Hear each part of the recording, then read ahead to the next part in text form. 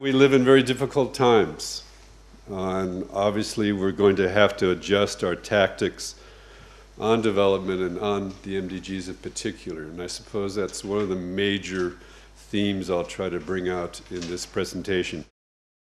I think one of the strengths, another strength of the Millennium Development Goal framework is that it adopts a broad human development approach. You can see that they range across a broad spectrum of topics: hunger, health, education, gender equity, environmental sustainability, as well as income poverty. One of the strengths, I would argue, and this of course is always a source of debate, is the framework accords a greater role to the role of the public sector and the role of public investment, in particular public investment in health, in education, in infrastructure of various sorts, is implied by the strategy.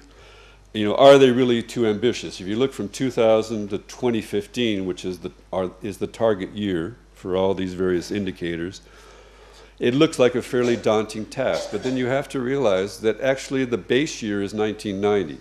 It's a curious situation in a sense, I suppose.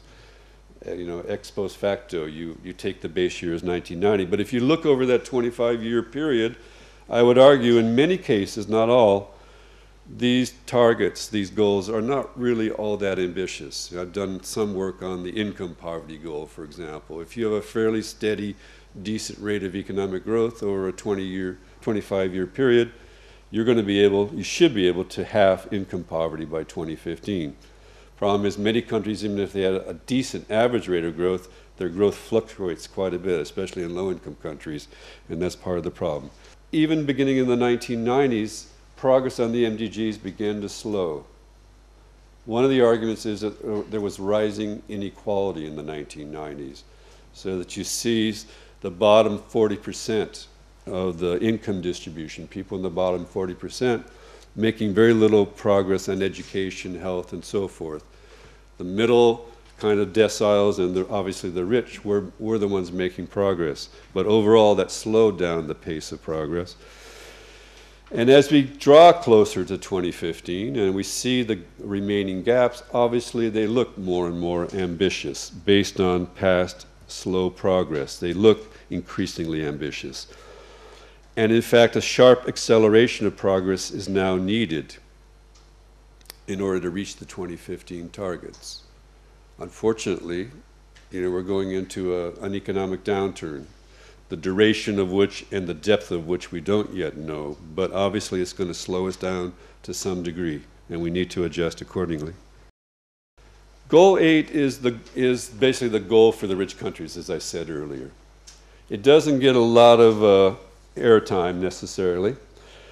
Why? Part of the reason is very few targets, if any, were set for Goal 8, and there was a good reason, because the rich countries didn't want to be obligated to a great extent the way they were obligating the developing countries in terms of outcomes.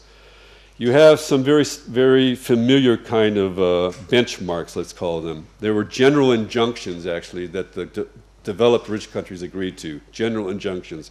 Give more generous ODA for countries committed to poverty reduction. That's pretty much the language of the Millennium Declaration, for example. And what was resurrected in a long-term benchmark was this idea that 0.7% of rich countries' gross national income should be allocated to ODA to developing countries. That's been there for a long period of time, as long as I can remember, and it keeps being brought back. Another general injunction was deal comprehensively with the debt problems of developing countries, and a third that I'll touch on is develop an open, non-discriminatory trading and financial system. Many of you may know the goal of 0.7% of gross national income has been met by very few countries. You can see them there: Denmark, Luxembourg, Netherlands, Norway, Sweden.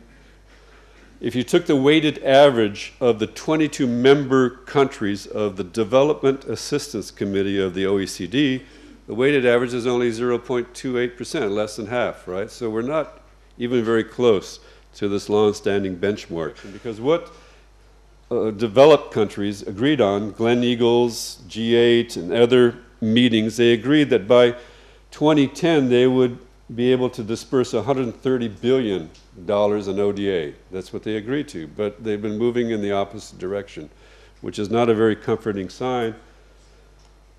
if you're looking at 2007, and now we're in 2008 with a more serious situation on our hands. The point I want to make, you'll see in the next graph, is that if you look at the rich countries' support to their own agricultural sectors, it stood at $372 billion, for example, in 2006, more than 3 times the ODA that these countries, rich countries, provided. There's a graph, 2006, you see the scale of the problem, that when you compare ODA that rich countries are giving to developing countries to the agricultural support these same rich countries give to their own agricultural sector, you can see part of the problem, the skewed priorities that are involved, and the kind of commitment they have really to official development assistance. It's quite stark when you look at this particular comparison. Assuming a recession in the US and other OECD countries, and every week that goes by, I guess this assumption becomes stronger. What will be the effect on developing country growth, human development, and poverty? Example, I'm going to give you some numbers from a world macroeconomic model some of us have been working with. So we projected into 2015 an imminent US recession and a continuing expensive oil at that point, right? Back in the spring. And we said, well, what will happen in 2015 to the developed countries and to the developing countries by blocks? If you were a low-income African oil importer, you would have a negative 1.2% growth up through 2015. The last slide is a topic I haven't mentioned up to this point, and there's been a lot of work and discussion and debate about making official development assistance more effective.